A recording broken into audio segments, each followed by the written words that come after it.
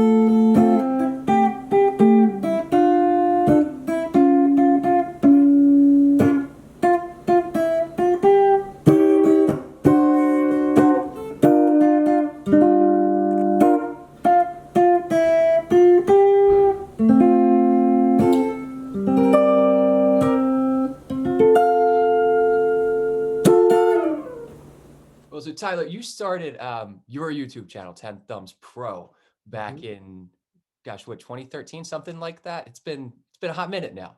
Yeah, there might have been some videos in 2013, but it really didn't like start until 2014, I would say. Hmm. Um, there's a chance there's some ukulele content in 2013 at the very, very end of it, maybe October, November, but it started right around January 2014. Yeah. What inspired you to get started on this channel? So I actually learned guitar on YouTube with a dude named Marty Schwartz. I don't know if you're familiar with him. No. His channel now is known as Marty Music, and he is like the OG of guitar lessons on YouTube. He's been around forever, and they were really basic. He didn't do any editing.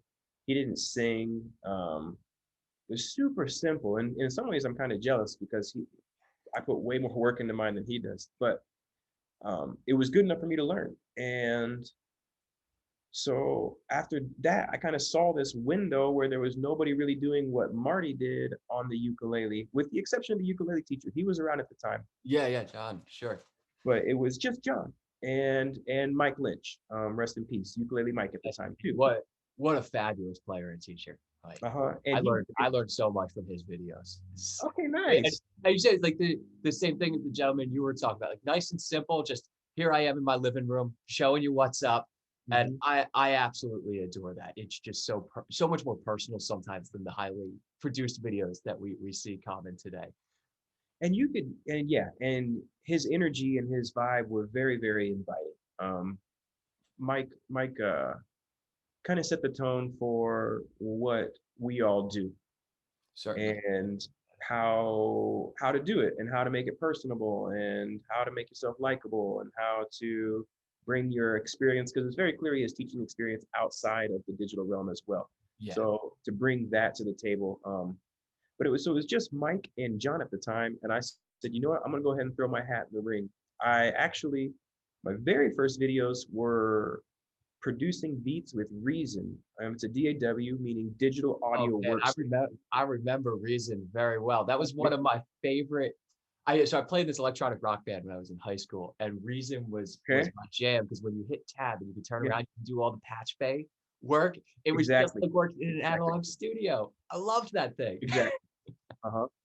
And it was Reason, Fruity Loops, which I think is called FL Studio now. Yeah. Yeah. You had Ableton was around and Cubase, but reason I gravitated to for the exact same reason. You flipped it around and you could wire everything, and then you Yeah, flipped it the around. workflow was just so logical, it was point to point. I loved it. And it was almost hands-on. Like they were real synthesizers. So you learn about attack, sustain, delay, release. You learn about the ASDR. You learn about filters. You learn about low pass. You learn about high pass. So when I finally got my hands on a real synthesizer, I knew my way around it because of all that time with Right. Reason. So my very first videos were me recording myself explaining how to use Reason. And I threw up two videos, a reggae strum and Land Down Under. Neither one really got any views. And then I threw up Three Little Birds by Bob Marley. Sure. And that one had more views than anything I'd done up to that point. In 24 hours, it eclipsed the total of my entire channel. And so I said, okay, you know what? I'm going to go ahead and feed this ukulele thing for a little while and see where it goes. Yeah. And it went pretty far. Let's Yeah, let's be honest, because it's 6, 7 years later, and this is all you do is correct. produce those videos, right? But I should say all you do, because there's so much work that goes into what that is. But you have built this up to huge. I mean, how many subscribers do you have over on YouTube these It's days? just under 300,000. Yeah, and I mean, and that is no small number. And No. for people listening out there, I mean, do you have any tips for how for growing your channel? Because I mean, obviously, just putting out good content is always key. But Uh-huh. is there anything else? Because I know a lot of people are getting into the YouTube game recently, and wondering what works. Well, so the number 300,000 is a little bit of an illusion because I think that if everybody is honest, they have channels they subscribe to that they never watch. Certainly, And my active audience isn't like that. My videos don't get 300,000 views in every video. So that's a little bit of an illusion. yeah, It's an illusion that you can sell to people. So it's nice to have when I go and I talk to people professionally, I can say, look at this number. But I would say the key to having an active audience that is involved is kind of trying to create a community. And the best way to do that, I find consistency and enthusiasm. I think if you're consistent so people know what to expect and when to expect it, and you're enthusiastic with it, you're going to get some good results. absolutely agreed. I always tell people consistency is key, Mhm. because if you're just releasing random things at random intervals, no one knows what they're looking for, and that's an issue. People want to have expectations for Correct. what's coming up, and that's really important. 100%. It's funny, I was on YouTube the other day looking up tutorials for the OP1 synthesizer. Uh, Okay. and I saw a comment from you on one of the videos, and I was like, wait a sec, he's a synth guy too. Do you have an OP1? I do. I Dude, I do. got an OP1 too, man. I actually We pulled the gotta trigger do and an I got one. OP1 jam sometime. Yeah, man. I Definitely. thought I I you thought it know, was like the perfect synth complement to uke, because they're both tiny and adorable. So put them in the same case together, and like yeah, put beats and then play uke over top of it. yeah, man. Well, it's definitely like the uke in a sense that it's a lot more powerful than it looks at a glance. It really is. And and for people that think that playing a synth is just like playing a keyboard, Uh-huh. when you have a full one that's a DAW, it's a completely new instrument that you're learning from scratch. It's just as hard as playing ukulele or guitar or anything 100%. else. And not only that, the learning curve is you think, okay, so if I sit down on a piano, all I have to do is take the music that I've got here and learn to make it here, right? Yeah, So like I've got the creative aspect, I've got the theory aspect. I know that if I play in the key of C, it's do, re, mi, fa, sol, la, si, do. I just have to figure out how to get my hands to do that. When you have a synthesizer, you have to learn all kinds of new information that you didn't know that you needed to have.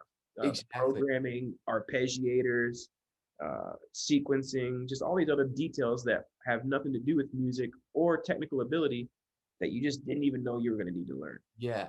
But with that, I mean, and you're absolutely right, because there's so many, just dealing with like LFOs and like all that stuff on there is such a different thought process. But I find it such an eye-opening experience to work with DAWs, because I have to approach it differently than instruments. I've played instruments since I was a little kid. I play, like like 10 instruments, and it's just normal to me. But then this makes me think about everything in music completely differently. And I Uh-huh. think we all need that at sometimes to like reframe our perspective of creating, because we all get stuck in ruts, let's Yeah, be honest. And it's tough. definitely, definitely. I actually just pulled the trigger on a new synthesizer, my second synthesizer for my studio. I got the Moog Matriarch. Oh, cool. Are you familiar with that one? No, I'm not. I mean, I know the Moog brand, obviously. They've the classics. Mhm. It has essentially all that patchwork and all the CV on the front of it. So it's kind of like it's like you see these CVs and everything, but they combined it into a 48 key synthesizer. So it's all these reason things that I spent all like You we get talked the about physical earlier, workflow. putting Yeah. actually with your hands physically, and it's a ton of fun, dude. It's a ton of Right. When I think of Moog, I always think of have you ever listened to the album Switched on Bach? Are you no. familiar with that? It was 60s or 70s. And it's Bach's two-hand inventions on a Moog synthesizer right when they came out. It was a classical pianist that did it. It was this total reimagining of these classic pieces Yeah. on a very, very early synthesizer. It's I'll have to send it over to you because it's a really cool record if you're into that stuff, like really Yeah. melding the old and the new Uh-huh. together. So before we nerd out too much, would you mind playing us another tune, Tyler? Yeah, I'd love to. I'd love to.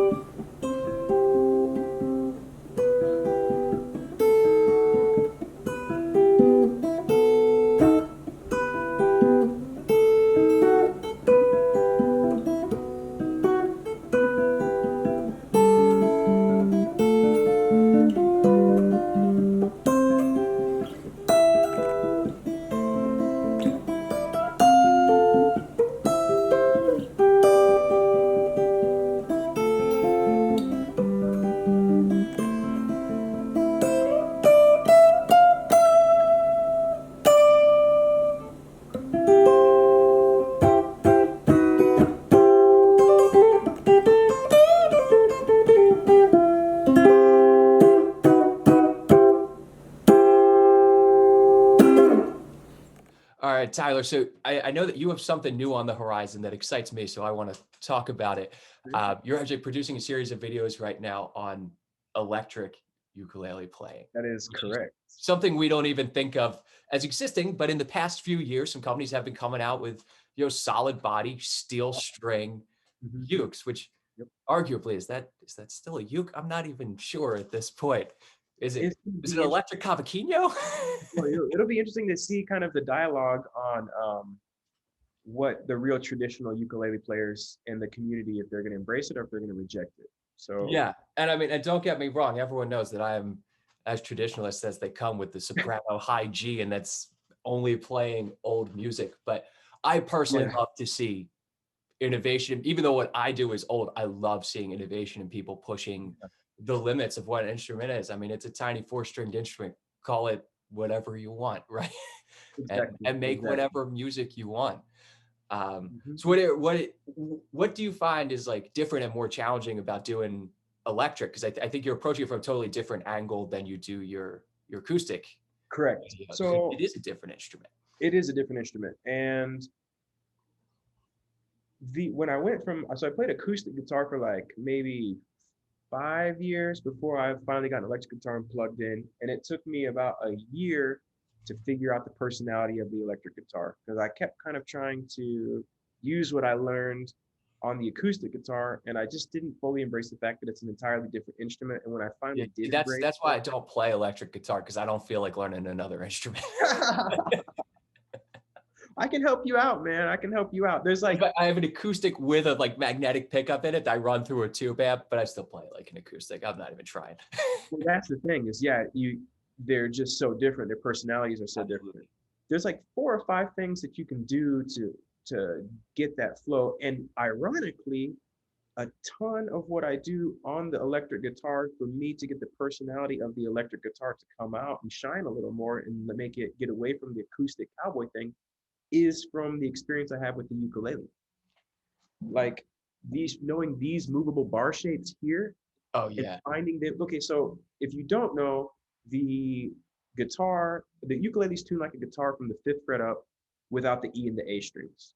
So when you play this shape here, the G chord on our ukulele, it's a D on the guitar. So if you imagine a ukulele this long, that's a guitar, right? And so these movable shapes, you can find them on the guitar, and that type of rhythm is really engrossing and engaging, and it's unique, and it works perfectly on the electric. And in a lot of ways, it sets me apart from other electric guitar players, all the experience I have on the ukulele and seeing these chords, because I can create rhythms that are a lot more unique. And it's, I never thought that all the time I spent on the ukulele would benefit my electric guitar playing even more than, well, not Oh, in some absolutely. No, ways, I more than feel the the same thing. Like playing, my ukulele playing informs my bass playing so much. I feel since I've taken up uke that I've become a way better bass player, even though they're not acoustic. related instruments at all. But it's all just thinking about music differently and forcing you through the challenges of that specific instrument and getting it to do what you want. You Yeah. have to think about things in a manner that maybe you're not accustomed to. That's why I always push my students that they should learn at least one other instrument, Mhm. because only having one instrument, it's like you've trained yourself to only address music through that one lens. Yeah, And 100%. there's so much more out there. And so, the uke is one of my favorite instruments and is amazing, but Mhm. it's limited and there's things I can't do on there. Working in those constraints is fun, Yeah, but also, you know, finding other instruments that I don't have to work in those constraints is also fun. 100%. Yeah, I agree totally. And I think that one of the things that's important to note is every instrument has its constraints, and that's why we have orchestras. Yeah. I mean, if one instrument could do it all, you would just have one person playing one instrument, and that would be it. And the I fact think pianists would argue that they have that instrument. it's the most complete. It's the most complete. And my brother-in-law is a fantastic piano player, and I'm playing just the piano just a little bit, and I would entertain their argument, but I wouldn't agree with it. Yeah. Me Um, neither. the that is what creates the ultimate level of teamwork. I can't think of anything that requires more teamwork than a full-blown orchestra, and the amount of confidence and trust you need in your other people. One of the things I really encourage a lot that I don't think ukulele players do enough is playing with other people, and not Yeah, the exact same thing. please scream it from the rooftops. Yeah, big It's, time. there's so much you can do in the practice room and there's so much you can learn yourself, but you can learn way more just by playing with other people. Uh-huh. And learning to play with other people is a skill in and of itself that every musician Yep. needs. And Mhm. because like when I play with other uke players, I like if I go to uke groups to play, I'll generally bring a uke tuned in D because they're all playing six. So I C6 tuning. So I challenge myself to play a transposing instrument while they're doing it, while also going around avoiding the voicings that everyone else is using. And you don't get to do that when you're sitting at home. Nope, And not at you all. don't learn Not how at to all. blend with an ensemble when you're sitting at home. It's Uh-huh. impossible. And it's hard to even create anything that would even simulate anything close to that. Like even you get loopers or you play with backing tracks. It's not even close to the Yeah. actually playing with another human. No, no, because I used to have a looper that I would great practice tool for the Mhm. way, especially for anyone that's learning soloing over Yep. changes. I find loopers to be one of the best things you Mhm. do. Just lay down a chord progression.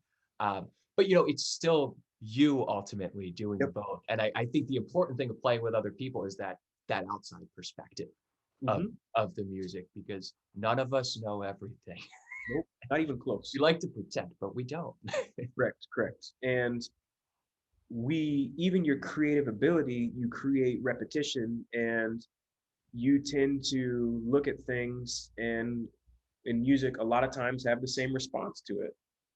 Having the same exact challenge for a different person, they're going to come up with a different response to it, and kind of feeding off that, learning to work with it, but also taking it and putting it in your back pocket Absolutely. is huge too as well. I do that with every song I learn on symptoms. I try to, and it's not always possible, but I try to take away at least one new thing from every single song. Now, I've taught 1,000 songs. How possible is that? It's not. I mean, there's a lot of one, four, six, fives out there. You know Yeah. what I mean? There's just a lot of it. But I do try to look for one little detail, one small thing that I can say, okay, that's unique. I'm gonna try to take that and put it in my pocket. I'll give you one example real quick. And this is, so I know that your audience is a little more musically developed, we'll say, than the average audience. So I think they'll be able to follow this. Patsy Cline, Walking After Midnight. I was learning this song the other day. Great song, right? Beautiful And song. in it, it's in C major, and in it, she's singing the E flat. So we have the minor third that she's singing in the melody as opposed to the major third, which is interesting to me. So I'm thinking, how can she harmonize that minor third and make it work, right? So how can you take this note that's not diatonic, not in the scale, and make it work? So what she did was, is an E flat, she made the four chord, instead of being F major seven, she made it a dominant seven. And Yeah. there you got the E flat, which is the flat seven of the F chord. So when she went from the one to the four, she went from a C to an F7 and sang the E flat over the F7. So now learning that, I know that in any key, when I go from the one, I can make the four a dominant chord and then slide the minor third in right there. So those are what examples when I try to Absolutely. take one thing away from every song I learn. Yeah, and it's huge. I mean, and every song has something to teach us. I tell all of my students that, we learn songs because we want to, but they're ultimately just vehicles for learning musical concepts. Yeah, And as you had said earlier, there's so many of these tunes that we teach. There's so much similarity between them. You yeah, get to a point where you're like, I know these chord progressions. In the like in the jazz world, when we yell out the honeysuckle rose bridge, and everyone knows that that's a 1-7-4 dominant 2-5. Like everyone knows that it's the bridge to 100 different tunes. uh-huh. And I think recognizing those similarities is as important as recognizing those distinct Yeah. differences. That's a Uh, very good point.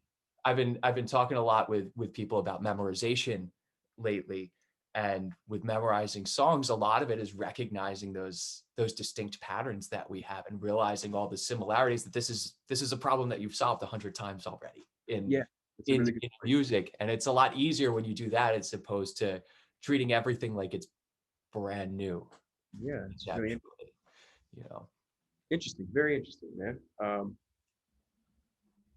Yeah, I'm gonna put that one in my pocket too. So just like from music, it's you can learn from other people's teaching as well. So that's Oh, absolutely, and it's something I've been really enjoying since lockdown. All these festivals have gone online, because generally, when you teach at a festival, you're doing 2 or 3 workshops and a performance.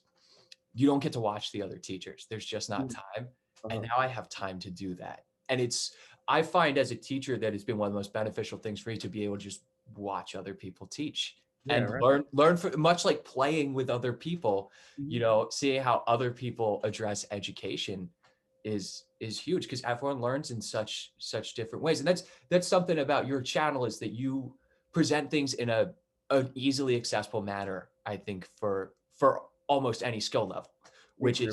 is really hard to do. I think that's one of the biggest obstacles as a teacher, and especially when you're doing like pre-recorded videos on Mhm. YouTube, to do it so that it hits everyone. What's your thought process when you're coming up with like a lesson plan for a new lesson?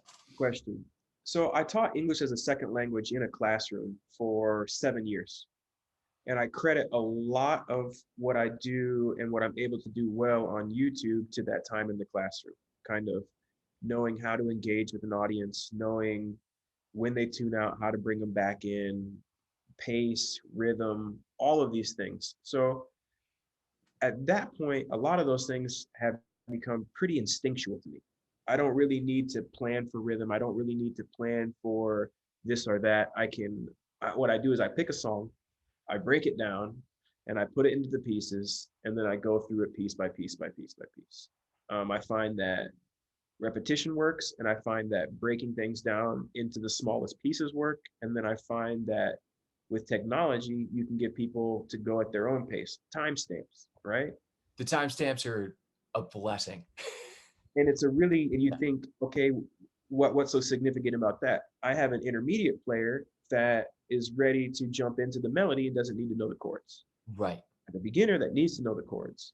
Just putting the timestamps in the first comment gives me the opportunity, or really rather gives them the opportunity as a learner to dictate the pace at which they're going to go at, which is Yeah. amazing. And I've been doing the same thing, when you check the metrics for viewer retention and all. And because I know that the vast majority of my audience skews like intermediate and advanced players, because I do the same thing. I'll teach the chords first, then chord melody, then the tune. And I see the beginning is a little bit, and then it gets to the harder part, and that's what people watch. But I Yeah, love that you're now able to just have them jump right to that instead of yeah, endlessly scrolling through a video trying to find the exactly, content and not getting bored. As like a exactly, platform change that's been huge, 100%. And I wish there was a better way to convey how to use the videos to the new learners. I think that that is something that I, Yeah. I don't know where or how to do that. I don't, but if the people coming to my channel knew how to watch the videos as a little skill set, then they would get more out of what I'm doing. I Right. don't. And learning how to learn is a skill in and of itself. It's tough to be able to follow something through like that when you don't have the one-on-one individual attention. So you teach do you teach private lessons as well? I do. I do that through Zoom. Yeah, and I do as well. And it's such a different thought process for teaching a student because you can adjust in real time to their needs and their goals. Where in the pre-recorded format, it's a very different obstacle to Uh-huh. get over to try to get everyone in there and and And address seeing everything. where they struggle helps kind of uh, think about potential places where someone might struggle in the videos that I make. So that kind of helps me with my rhythm. A lot of it's pacing. A lot of it's kind of knowing when to speed up, knowing when to slow down. And then also too, a lot of it is not letting yourself babble and things like that. A joke Which in we're both really 2 minutes. good at. My first videos, there was a lot more of just me just kind of babbling. And I also too, I don't know how much s- some people do like a little bit of that to get to know the personality. So you can't just cut it all out, have it be super dry. But if a video could be 10 minutes as opposed to 15 and have the same educational content, ultimately it's beneficial to kind of tighten that up. Yeah, short and concise is always best if you're making the decision, I think, because it is easy to ramble when you're only talking at a camera and you don't have that immediate feedback Uh, of, could you shut up now and let me play? yeah, exactly.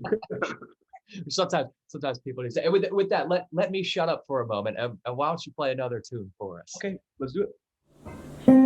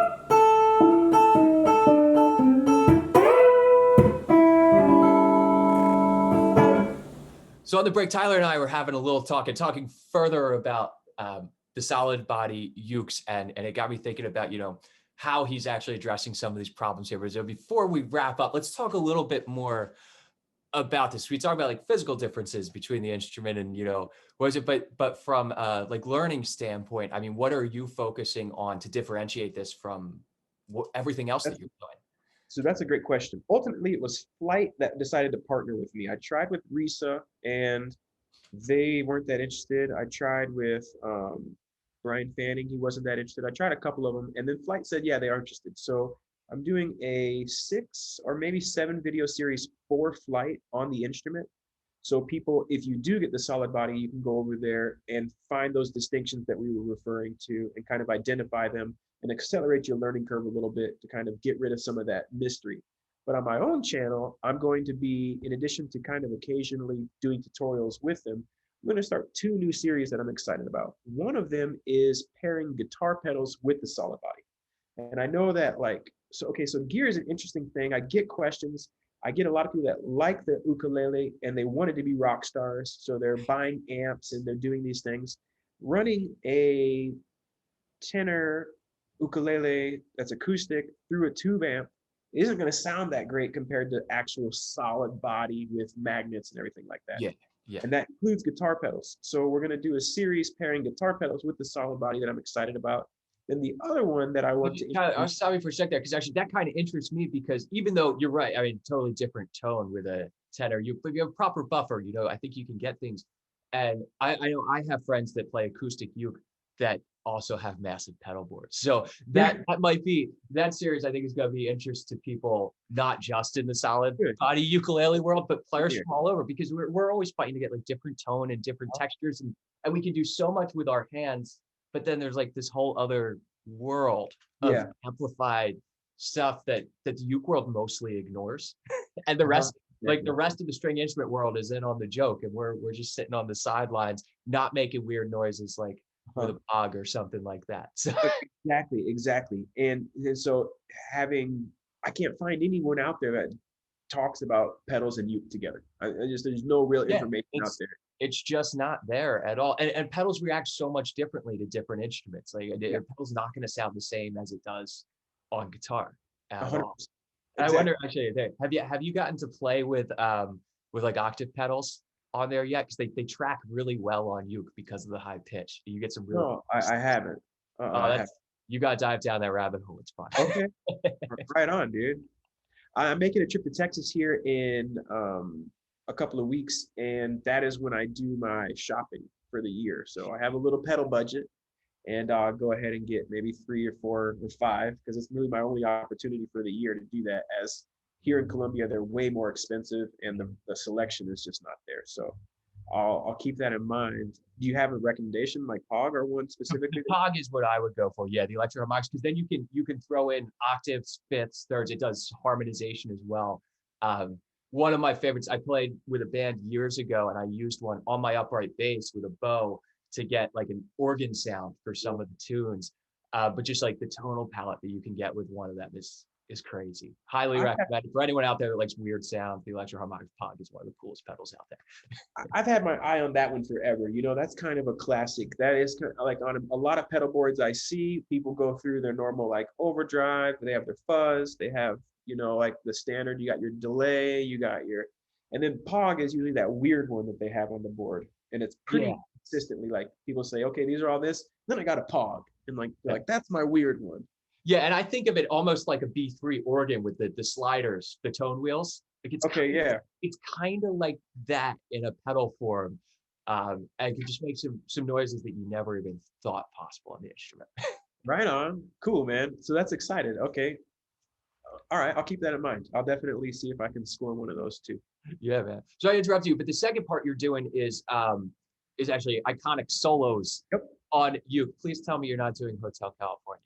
Eventually, man, eventually for sure. And then I'm gonna get kicked out of the store because I'm also gonna do Stairway as well. So those Oh are no! Oh no! So you're doing the Guitar Center guitar solo series 100%.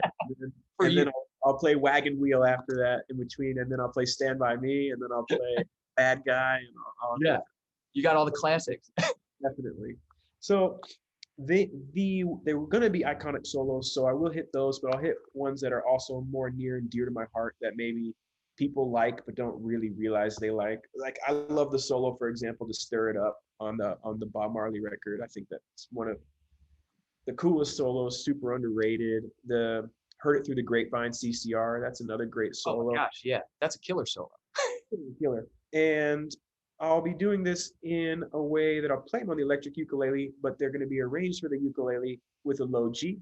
So if you have, I just can't do it on the high G. I would love to because I, like you, am a high G dude. I'm a Yeah, soprano. sometimes it's not the range for what It's you not need. there. It's just Yeah. not there.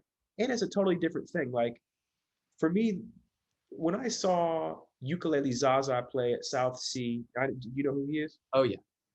He was the one that up to that point I was just playing songs that I learned on the guitar on the ukulele.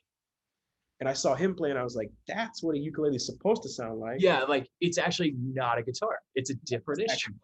And Yeah. that's its personality. That's what it wants to sound like. That's what it wants to feel like. That's what it wants to look like. That's what it is, the potential. A perfect ukulele player playing a perfect ukulele song is Ukulele Zaza. And it should be a soprano and it should have a high G and it should play music just like that. Yeah. And so that totally changed my perspective. I didn't know what chord melody was before that. I was just strumming through playing CCR songs, and I saw that, and that moment was like a life-changing moment without sounding too sappy. So this though is the total different direction because, like we talked about earlier, is it even a ukulele? I don't even know. Yeah. So this is something totally different, and it's not going to be traditional at all. And we're gonna kick the doors down. And if I ever see these, I don't get invited to these festivals, but if I ever start to get invited to these festivals, I'm gonna do super traditional high G, and then right after that, you Funk 49 by the James Gang. You know what I mean? Absolutely. No, and I think there's a huge place for that. People want to play that contemporary music on this instrument, and it's a lot different really learning the solos and stuff like that versus just strumming through three chord tune. It's never the same. So I'm personally really glad that you're going down this rabbit hole because I think that the uke scene kind of needs it a little bit, and traditionalists like myself need to be told that like there's other stuff out there and that's a good thing. The more ways we can play this instrument, the better. That's how I feel about it. Yeah. That's a great perspective, and I'm on board with that because at my core, I'm a pretty traditional person with the instrument as well. Yeah. My favorite is my soprano, my high G. Right, and things you can do on there that you can't do on the low G, and vice versa. That's the cool part. So I'm going to link to all Tyler's stuff down below, so you can check out everything that he's doing if you're not familiar with it, which I think most of you probably have been following 10 Thumbs for quite some time here. Tyler, thank you so much for taking some time out of your day and having some coffee with me. I really my pleasure, man. Would you mind just playing us a little tune to get us out of here? Yeah, a little. We'll do something fun.